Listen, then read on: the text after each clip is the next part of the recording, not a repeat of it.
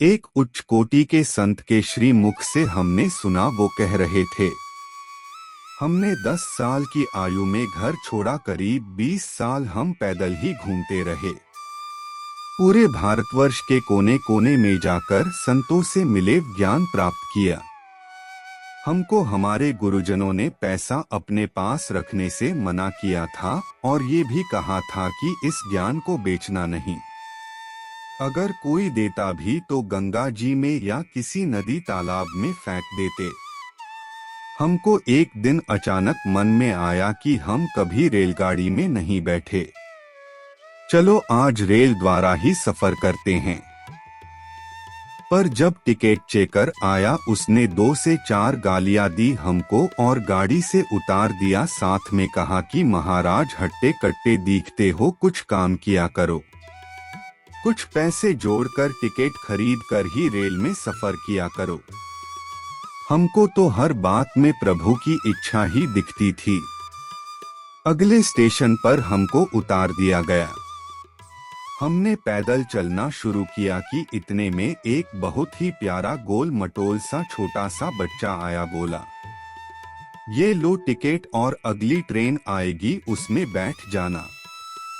हम उससे कुछ और पूछते, वो इतनी देर में जल्दी से भागता हुआ आंखों से ओझल हो गया।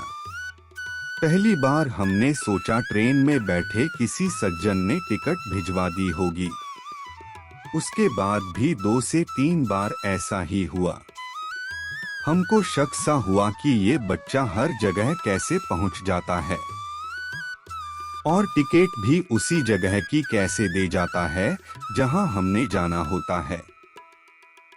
हम तो ठहरे फक्कड़ संत, हमको अपने प्रोग्रामे का खुद पता नहीं होता एक रात पहले कि हम सुबह किधर को जाएंगे।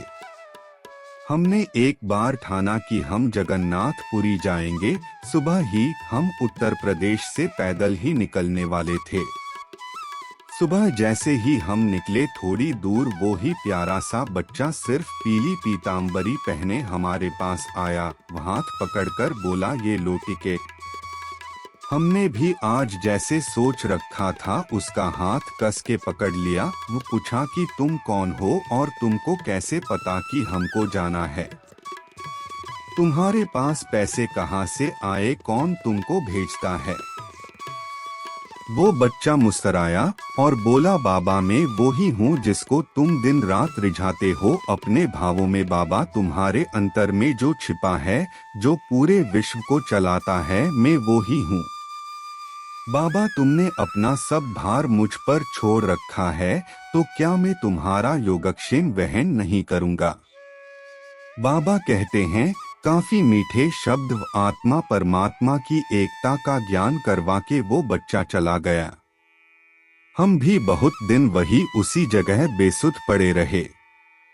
आज हम 92 साल के हो गए और शरीर छूटने को है। कहीं जाना हो या कुछ किसी साथी संत को जरूरत हो, वो बच्चा आज भी उसी रूप में टिकट या भोजन या दवाई लेकर आ जाता है। ये भी देखो हम वृद्ध हो गए पर वो बच्चा अभी भी बच्चा ही है। उसकी न उम्र बड़ी हुई है न शक्ल बदली है। कुछ समझे वो हमारा सावर दिलदार ही है।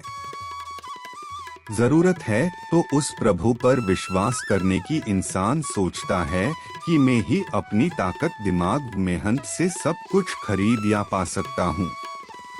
आप अपनी सोच बदलिए, कर्म करते जाइए, फल उस पर छोड़ दीजिए। श्री कृष्ण गोविंद हरे मुरारी हे नाथ नारायण वासुदेव।